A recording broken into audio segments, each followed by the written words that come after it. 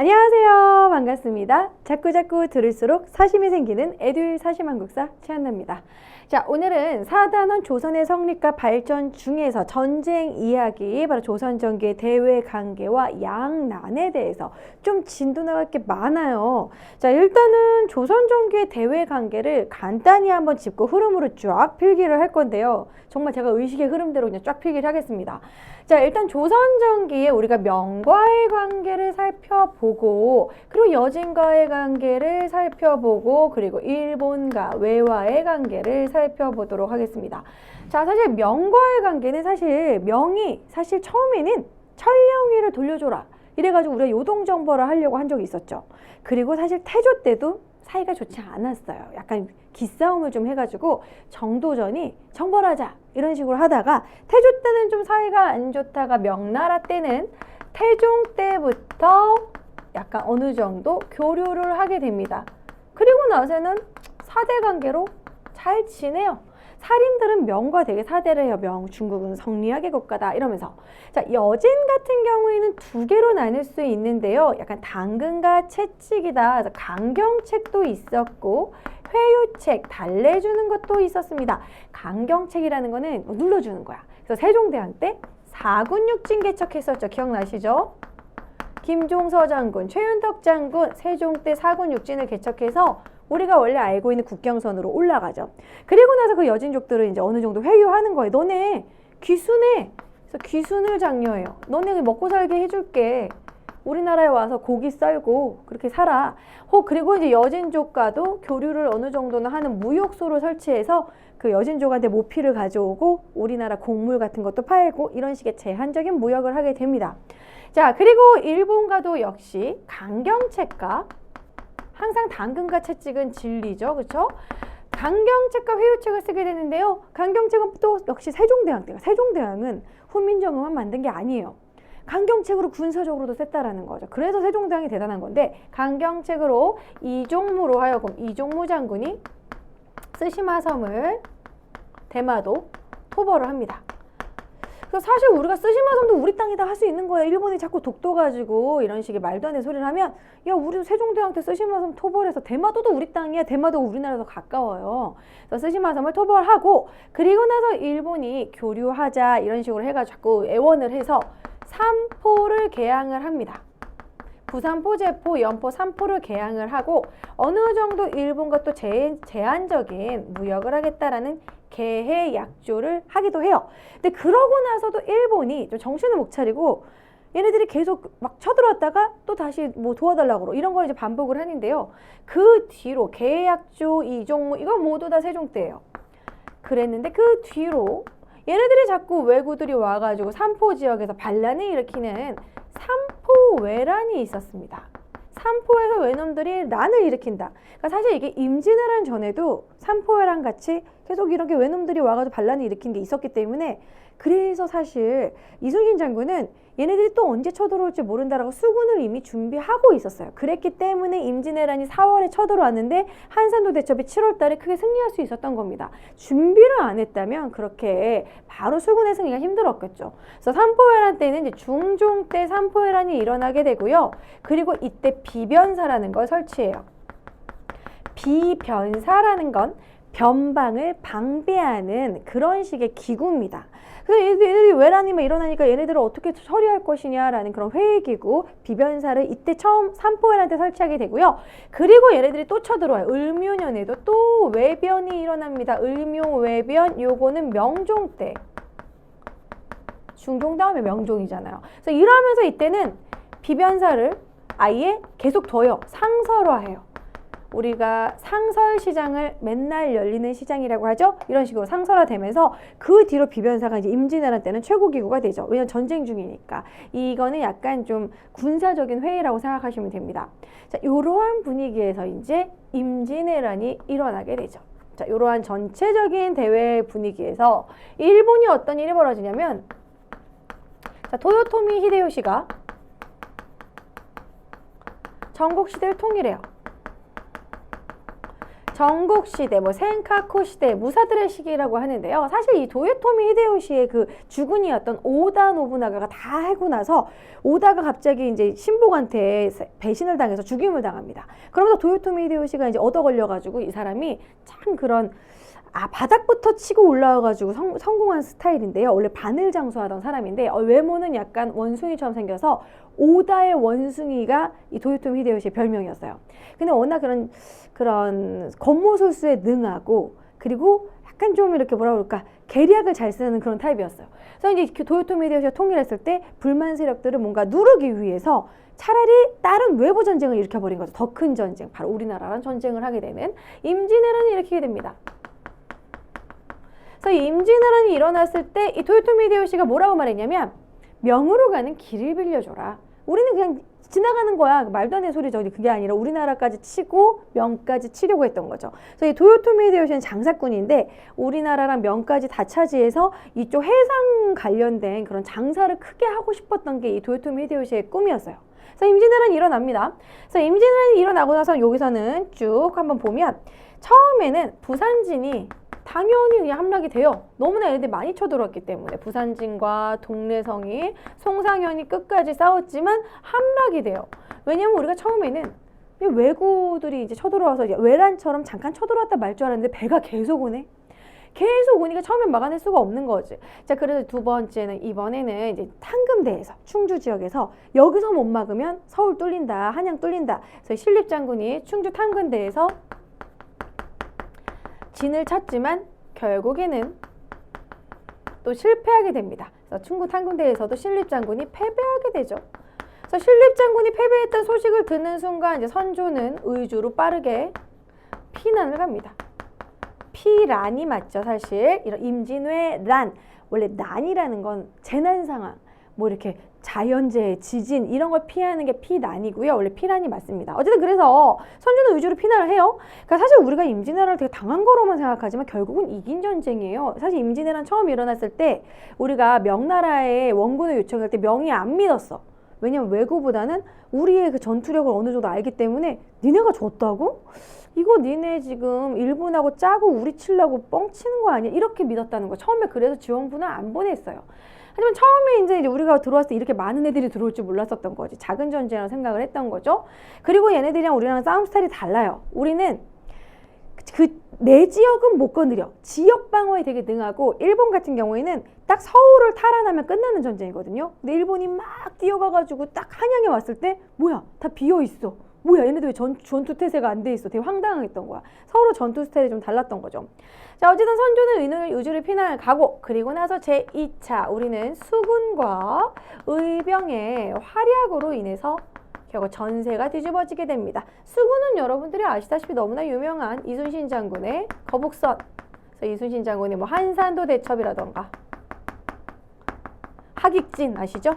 이런 걸로 크게 승리를 하게 돼요. 그래서 우리가 한산도 대첩이 7월이에요. 임진왜란이 일어난 게 4월이고 3개월 만에 큰 승리가 있었어요. 그래서 계속 막아내요. 그러면서 이제 이순신 장군이 잘한 것은 보급로를 차단한 거예요. 얘네들이 이제 군수 물품이나 식량 같은 거 배로 와야 되잖아요. 그 부분들 다 차단해. 그럼 얘네들 쫄쫄 굶게 하는 거야. 그러면서 전라도 곡창지대를 수호해서 얘네들이 이제 스스로 유지 못하게 막는 거죠.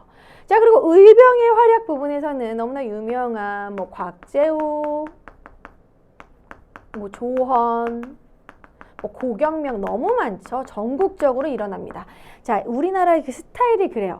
약간 물론 애국심도 있지만 우리 동네를 건드리고 우리 가족을 건드리면 못 참지. 독립운동도 그런 거예요. 처음에 막 독립운동에 뜨거운 막 그런 게 있어서 그런 거보다 내 친구를 때리고 우리 부모님이 막 그 일제히 총칼에 쓰러졌네. 그럼 죽이는 거지. 끝장을 보는 거야. 이런 식으로 일어나요. 그래서 수군과 의병이 일어나서 일본이 얘네들 대체 뭐야? 지치질 않아. 일본도 결국 지치게 되고 이러고 이제 큰 승리를 얘기한다면 뭐 진주대첩이라든지 진주혈전이라고 하죠. 자, 그런 식으로 진주대첩이라든지 행주대첩이라든지 뭐 이런 식으로 큰 승리가 있었고, 그리고 사실 이제 일본이 휴전을 제의를 해요. 하지만 휴전이 말도 안 되는 걸 도요토미 히데요시가 막 우리나라 남부지방을 다 줘라. 뭐 자기 명나라 공주랑 자기랑 결혼을 하겠다. 이상한 걸 요구해서 결렬이 되고 다시 사실 쳐들어온 게 정유재란이에요. 그리고 정유재란과 관련해서는 우리가 딱 이것만 알면 돼요. 명량해전. 우리가 사실 7천량 해전에서 지죠. 그래서 이거는 참고로 알아두시고 7천량 해전에서 져가지고 그래서 12척밖에 배가 안 남은 거예요. 원균이 대패를 하지 않습니까? 하지만 정발이 이제 12척을 갖고 도망가요. 그래가지고 12척이 남았어. 그래서 신에게는 12척의 배가 남아있습니다. 그 명량해전이 되는 거고 마지막 해전이 노량해전으로 이제 일본이 퇴각을 하게 돼요. 일본 그 내에서 이때 도요토미 히데요시가 죽거든요. 퇴각하라 명령 와서 퇴각을 하고 있는데 그냥은 못 보내지 이순신 장군이. 그래서 노량해전으로 많이 죽이고 그때 안타깝게도 노량해전에서 이순신 장군도 전사하게 됩니다. 하지만 이 노량해전의 의의는 우리가 이긴 전쟁으로 만든 그게 바로 노량해전이죠. 우리가 결국 몰아낸 거예요, 일본을. 자, 이런 식으로 임진왜란이 끝났습니다. 그럼 임진왜란이 끝나고 나서 그것에 대한 결과를 얘기한다면 이 분위기가 어떻게 되냐면 우리나라는 조선 같은 경우에는 아주 국토가 황폐화됐죠. 쑥대밭이 됐죠. 거기다가 이제 신분제가 좀 흔들리게 됩니다. 이 노비들이 많이 도망을 가고요. 그리고 군공을 세운 사람들이 노비가 이제 양인이 되기도 하고요. 평민이 되기도 하고 그리고 국가의 재정이 바닥났기 때문에 국가에서 돈을 어느 정도 내면 어느 정도 관직을 주겠다라는 공명첩, 이름이 비어있는 공명첩을 남발하기도 하고 이런 식으로 신분제 동요가 일어나고요. 그리고 오히려 일본 같은 경우에는 좋은 거밖에 없죠. 에도막부가 수립이 됐고 자 그러면서 오히려 문화가 발전하게 되는 계기가 돼요. 일본 교과서에는 이것을 임진왜란을 도자기 전쟁이라고 표현하기도 합니다. 도자기를 많이 가져오고 이때 2, 3평을 포로로 데려가가지고 도자기 문화가 크게 발달해요. 자 그리고 이 명 같은 경우에는 가뜩이나 국력이 약해지는 상황에 우리나라 지원병도 보냈고 그래서 명은 힘이 약해지게 되고요. 옆에 있는 여진이 후금을 세우게 됩니다. 그래서 후금이 강성해지는 분위기가 돼요.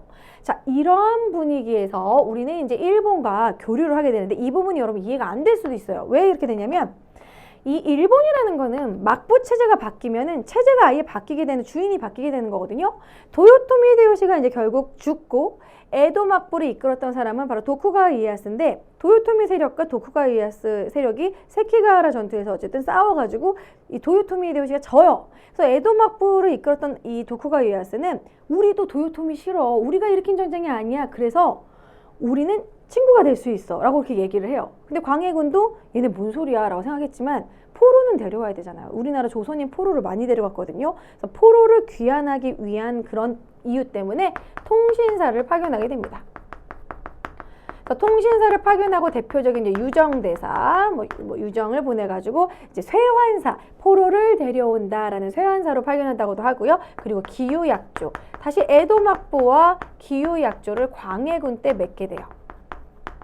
자 그리고 나서 자 광해군 때 또 무슨 일이 벌어지냐면 명이 힘이 약해지고 후금이 올라간다고 그랬죠. 그럼 우리는 어떻게 해야 돼? 이때 후금이 명을 막 치는 거야. 그러니까 명이 야 우리도 너네 임진왜란한테 도와줬으니까 우리 지원금 보내. 근데 광해군이 생각을 했을 때 여기서 만약에 명한테 딱 붙고 후금의 심기를 건드리면 후금이 우리를 먼저 칠 거 아니야. 명보다는 우리가 좀 작은 국가니까.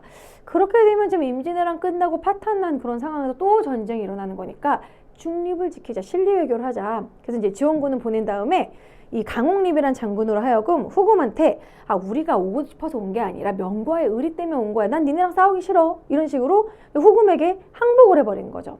근데 그게 어떻게 보면은 장군 입장에서는 자신의 병사를 지키는 실리적인 맞는 외교인 건데 서인들 그때 당시 이제 그런 막 유교 정치 공부만 한 사람들이 무슨 전쟁을 알겠어요.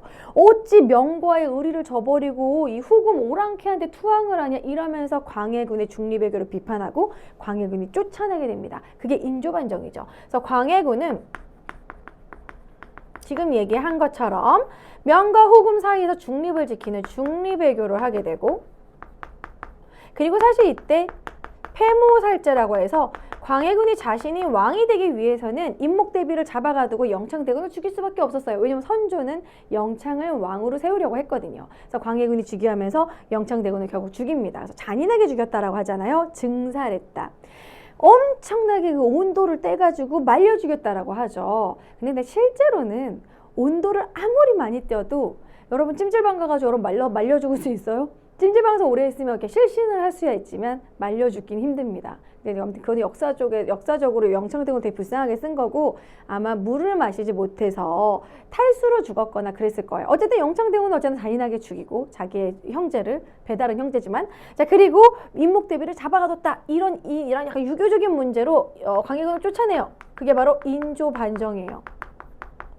자, 인조반정은 이제 서인들이 이제 인조반정을 일으키고, 서인은 무조건 친명, 배금, 명받친하고 막 후금은 오랑캐나게 쳐들어오니까 후금이 쳐들어올 수밖에 없죠. 그게 바로 정묘호란이에요. 그래서 정묘호란은 후금이 쳐들어온 것이고, 이어서 그 다음에 병자호란. 우리가 여기까지 오늘 진도를 갈 거라서 지금 필기를 여기까지 하는 겁니다. 병자호란은 후금이 더 커져서 청이 돼서 쳐들어오는 거고, 이 구체적인 내용은 이제 필기 이제 우리 한번 정리하는 걸로 하고, 이 스토리는 후금일 때는 금방 가요. 형제 매약을 맺고 금방 가지만 청이 돼서 이제 쳐들어왔을 때는 군신 관계를 맺어라. 너네가 우리 신하다. 너 우리 끝까지 안 하지. 이 오랑캐가 무슨 소리야. 이런 식으로 계속 자존심 싸움을 하는데 군사력은 1도 없으면서 자존심만 세우다가 결국에는 남한산성에서 45일간 인조가 항전을 하다가 결국에는 항복을 했고, 청이 3번 절하고 머리 9번 조아려라. 근데 거기서 9번 조아릴 때 제대로 해야지 머리가 땅에 안 닿네 해서 결국 이마에 피 나고 인조가 엄청난 굴욕을 당하는 삼전도 굴욕을 당하게 되는 게 바로 병자호란 때죠. 자, 그래서 우리가 이 호란과 외란을 양란 이렇게 얘기를 합니다. 그래서 그냥 의식의 흐름대로 중요한 것만 쫙 필기를 했어요. 그래서 필기 쫙 정리해 놓으시고요. 병자호란 이후에도 서인 정권들은 정신을 못 차리고 명예복수를 우리가 대신하겠다, 이런 식의 북벌론이 나타나기도 합니다. 이렇게 이 부분까지 한번 쭉 볼게요.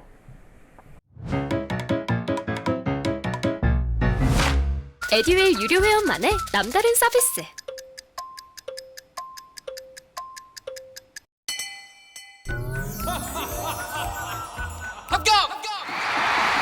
합격하고 돈도 받는 혜택. 오직 에듀윌 유료 회원에게만. 에듀윌.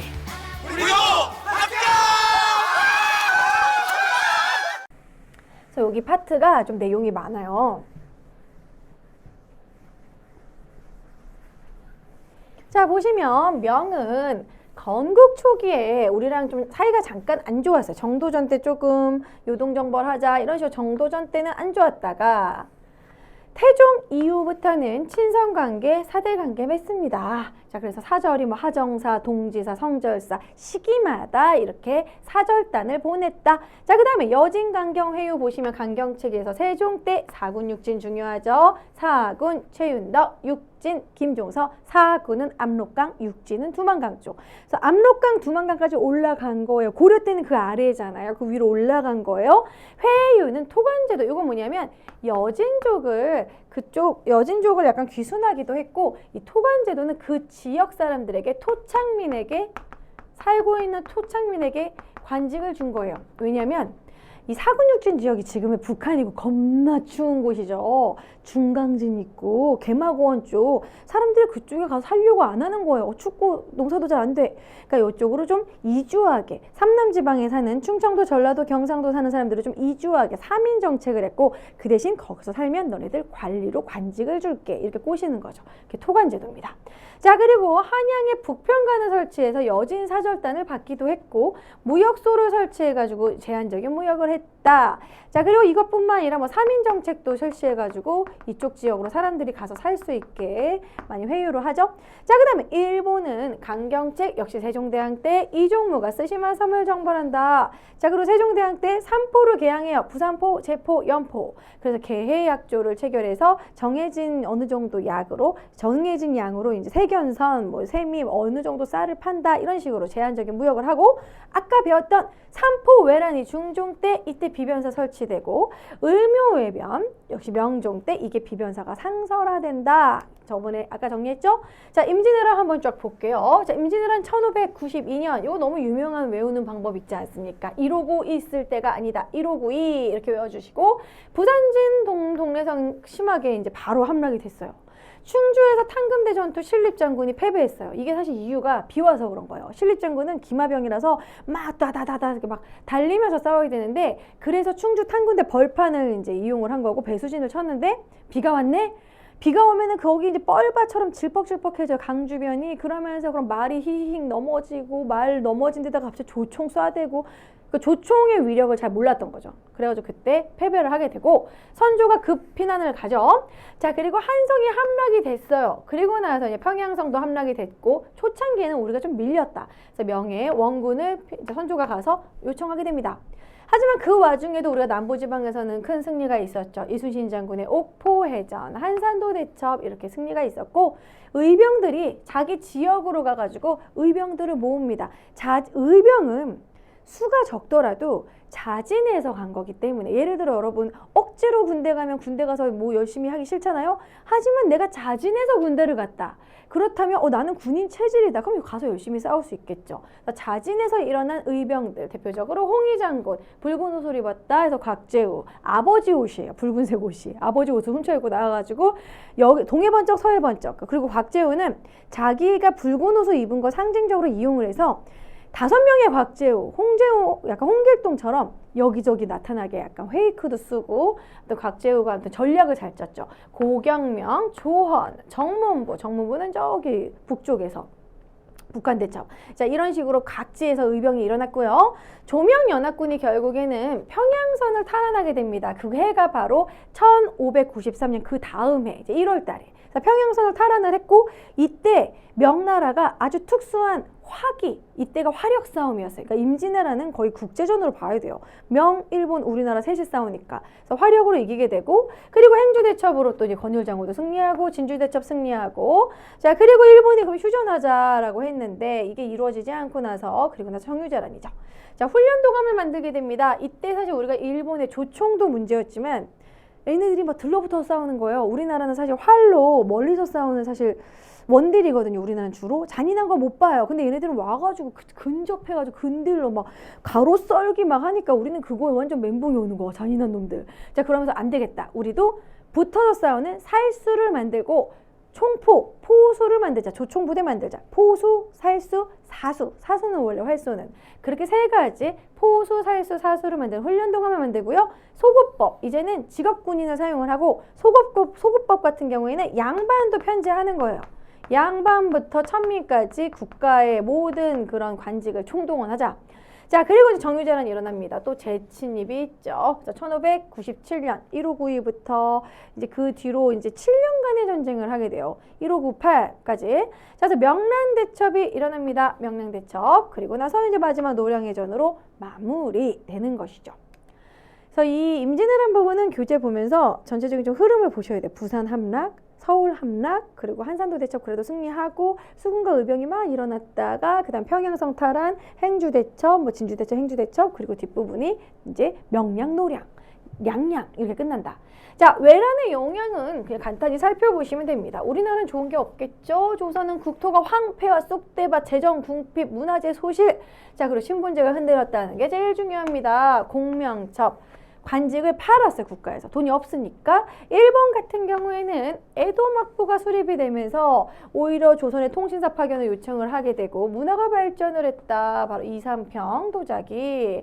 자, 이삼평은 사실 거기서 너무나 좋은 극진한 대우를 받았기 때문에 돌아오지 않았죠. 나 여기서 도자기의 신이야. 나 여기 그냥 있을래. 그래서 거기서 계속 일본에 있게 돼요.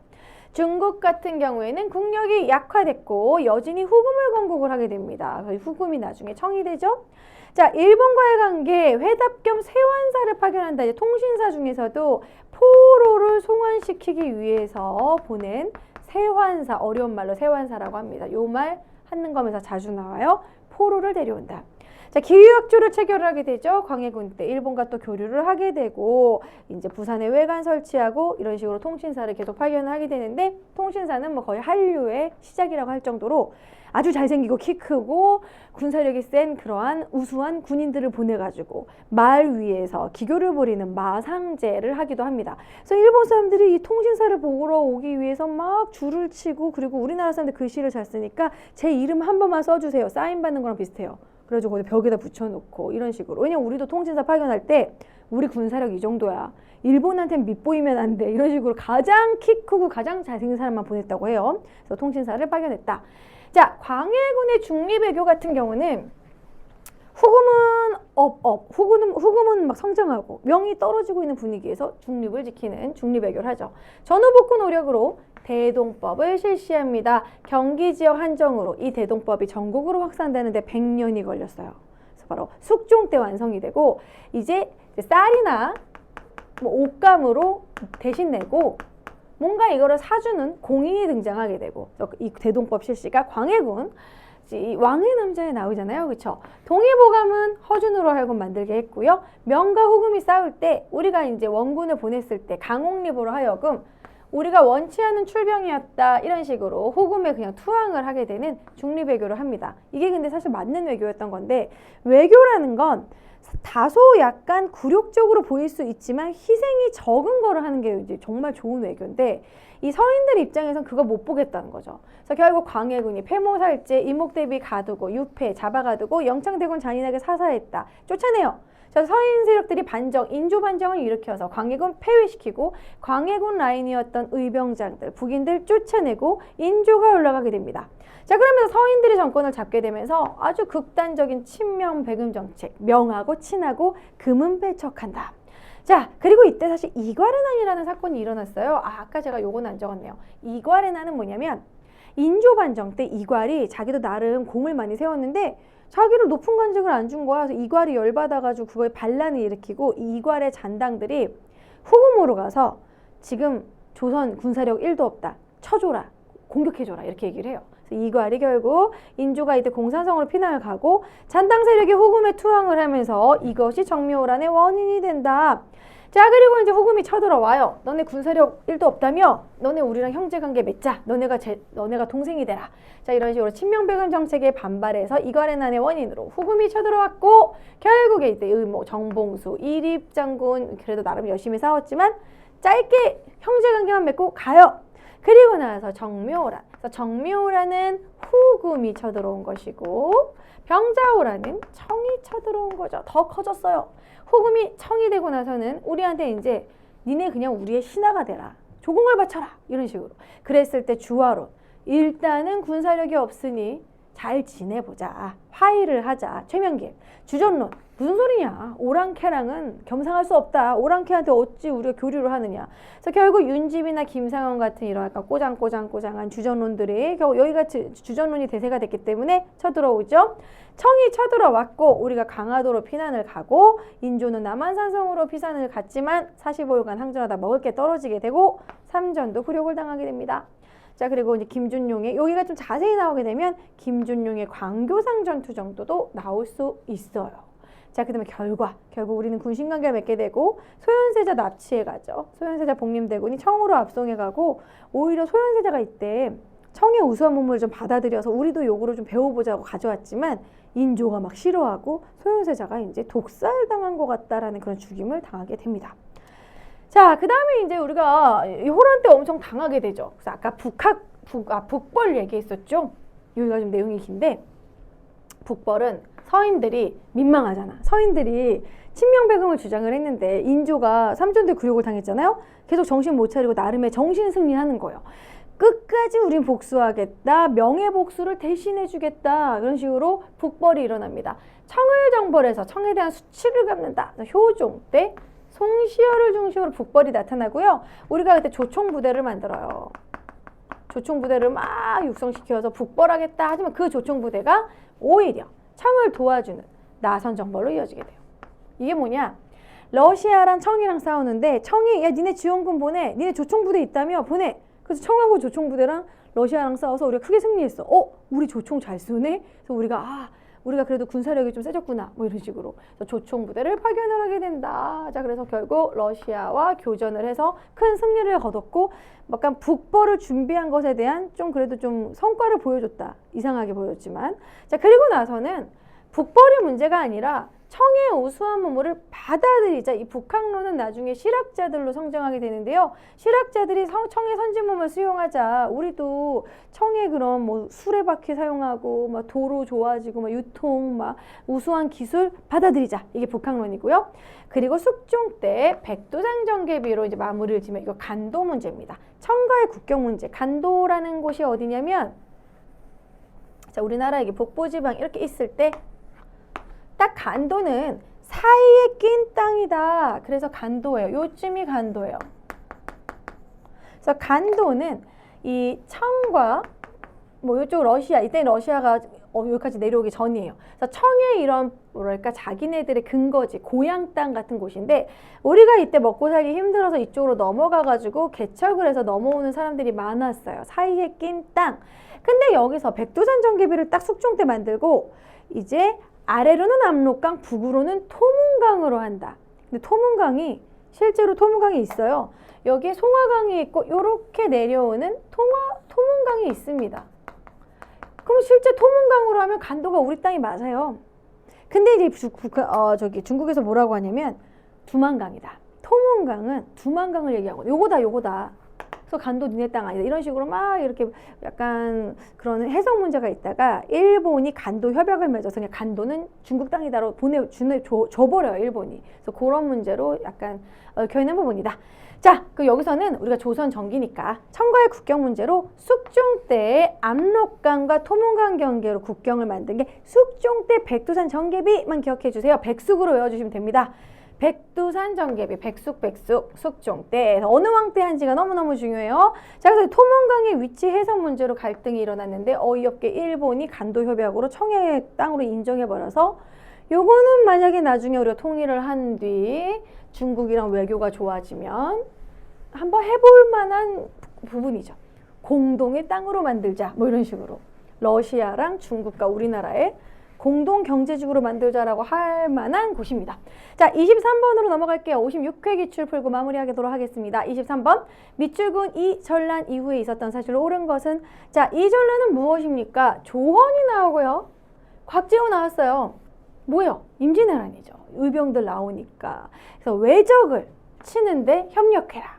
임진왜란이라고 할 수 있습니다. 자, 그럼 임진왜란이에요. 이 이후래요. 그럼 이후를 고르면 유정이 회답 겸 세완사. 자, 세완사가 통신사로 파견을 하되 세완사는 주로 포로를 데려오는 거 맞죠? 유정이 포로를 데려오기 위해서 세완사로 보냈다. 나세, 심덕보 이거 아마 처음 들었을 거예요. 하지만 진포해전을 얘기하는 거죠. 진포에서 왜구를 격퇴했대. 이거 진포해전으로 요거는 임진왜란이 아니라 고려 말의 왜구 격퇴입니다. 이 진포해전은 사실 최무선 장군도 여기서 크게 화포를 이용해서 크게 이제 선방을 하죠. 승리를 하죠. 그 다음에 신숙주 해동제국기 만든 시기가 성종시기입니다. 신숙주가 일본에 갔다 오거든요. 그래서 일본에 가서 보고 들은 거 그리고 막 류큐 왕국에 대한 이야기 해동제국기에 다 쓰여져 있어요. 조선 정부의 통제에 반발하여 삼포해란이 일어났다. 아까 배운 내용이죠. 중종 때 일어났죠. 자, 외침에 대비하기 위하여 비변사가 처음 설치하게 된 것 이것도 역시 삼포해란 때 만들어졌다고 했죠. 상설화된 건 을묘외변 때. 자, 그렇기 때문에 이 전란과 관련된 부분 그 이후는 1번 유정의 쇠환사서로 쇠환사 꼭 기억하세요. 포로를 데려오게. 포로 송환을 위한 쇠환사 이렇게 정리하시면 되겠습니다.